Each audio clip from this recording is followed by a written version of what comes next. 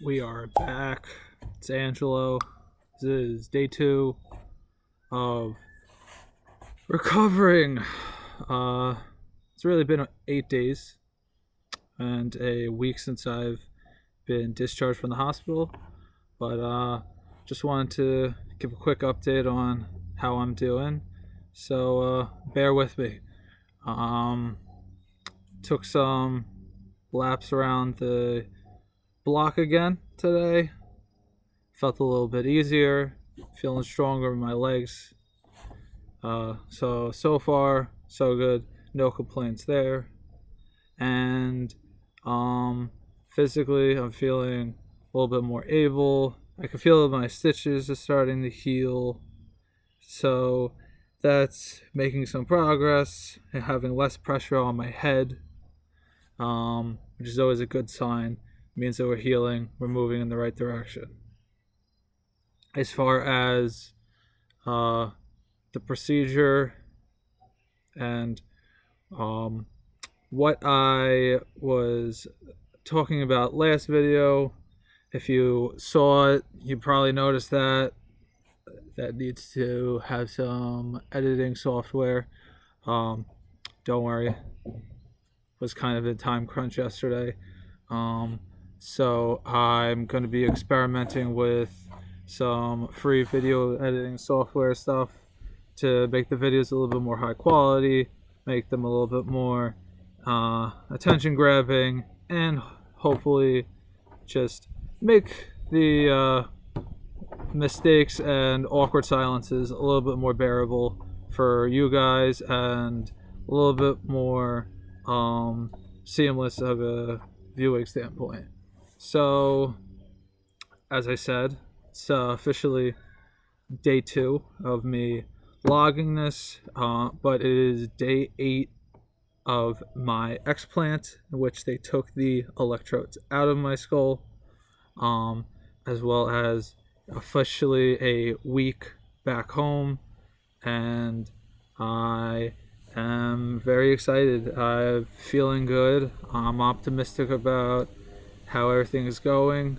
Time is flying, so I'm very excited to share how I've progressed and what I've been learning so far myself. So, first off, for any of you that weren't aware, I spent 14 days in the hospital.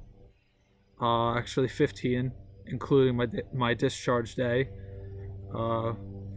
And for 2 weeks of that, I spent sitting in bed, couldn't leave for anything, and that meant becoming a little bit more comfortable with the scenario that I was given, which was a little bit of an adjustment, considering you like to do your private stuff, and you like to be able to get up and stretch your legs. But I can say that staff is very professional, and I am also very thankful to all the friends and family that reached out to me when I was in the hospital, whether it was just a little text, telling me that they were thinking about me, or actually coming in person and being someone that I could talk to help the time go by a little bit faster.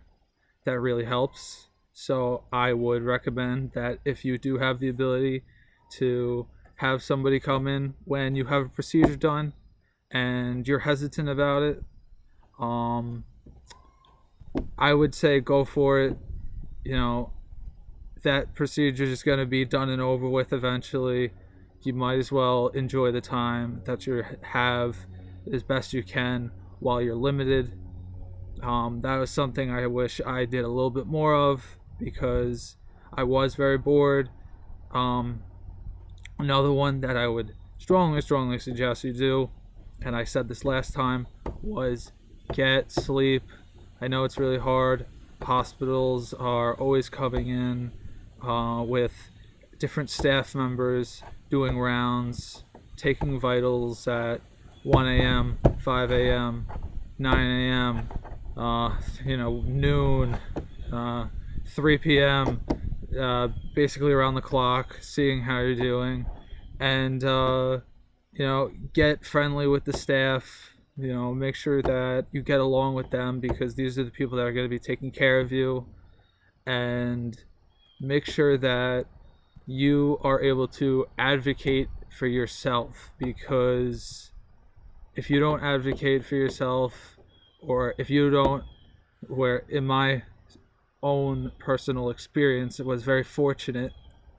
I had my father spend his whole 2 weeks that I spent in bed, plus the extra day of discharge, with me. And I know that that's a very far and few between scenario, but I can tell you that if he wasn't there, I probably would not have gone through the procedure as easily, and everything else that followed during my stay would have been just that much more difficult, and maybe wouldn't have gone recognized until it was too late.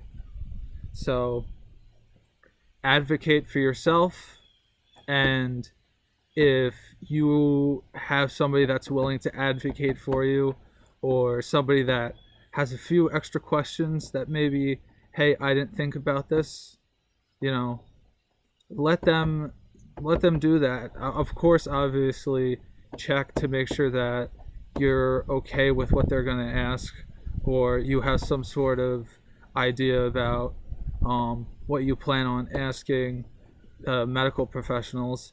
But let other people be curious too. I understand that this is about you, and that you may be uncomfortable with it at first, because I'll admit that I'm not always the first one to jump out and ask questions. But if it's only going to benefit you, and if it doesn't benefit you, it's not going to hurt you. The staff is not going to be mad about you asking questions, or having family members ask questions. If anything, that's something they really appreciate, and they're going to do their jobs. They're going to be transparent, and you're just going to learn just that little bit more if you give yourself and family members, as well as friends, the ability to try to be that advocate, and just help push the needle a little bit forward, making sure that you stay safe, you stay healthy,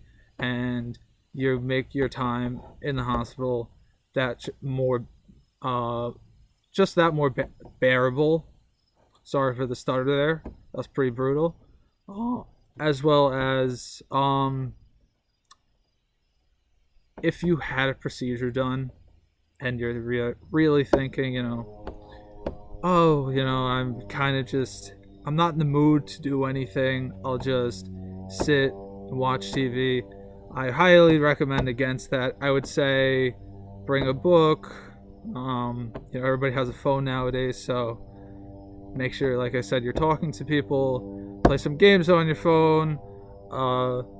Whatever you're allowed to do to keep your mind busy and make you feel like you've actually done something for the day is completely worth it, because I spent a lot of time watching reruns on TV when I could have been doing things way more efficient, and instead of watching the same college football game 3 times because of how limited the hospital TV is, which is not their fault completely. I understand TV isn't cheap. I couldn't even imagine it at that scale. But so far I'm making progress. Like I said, I did extra walks today, and I'm a little wobbly still, but we got functional legs, a little heavy. We're doing good. I could probably jump about 3 inches off the ground, which is about 2 inches higher than yesterday. So progress is happening fast, and I'm really looking forward to it. And if you want me to make any more videos regarding my condition exactly, what was the procedure like, what was it like afterwards, how long it was, X, what was Y, and did you have a hard time during this thing because of this, which I did have some difficult times. And I look forward to talking about those because, like I said, I'm lucky, but just because I'm lucky doesn't mean that it wasn't tough for me as well. So I look forward to making higher quality videos, keeping you guys updated. I'm doing my best to log my fitness journey. So last weigh-in, I was actually 190 and change. So I lost a little bit of weight since yesterday, which is fine. Weight fluctuates. But I did find out that recovering from surgery can make you lose a lot of weight. It actually increases your metabolism. So I have to just be wary of that. Try not to have too much muscle go to waste. And eventually I will, be pushing to be at 100% again. We're getting there. There's only room for improvement. So I'm excited for that. I'm excited to share this with you guys, and looking forward to having a good rest of my day, editing some good quality content for you guys in the future, learning how to become more efficient with video editing. I'm a little rusty, forgive me, it's been a while. My laptop's kind of old, and I have limited resources, so I got to make do with what you have. But I look forward to learn more, hopefully help people learn some more as well, and I will see you guys in the next video. Have a good one.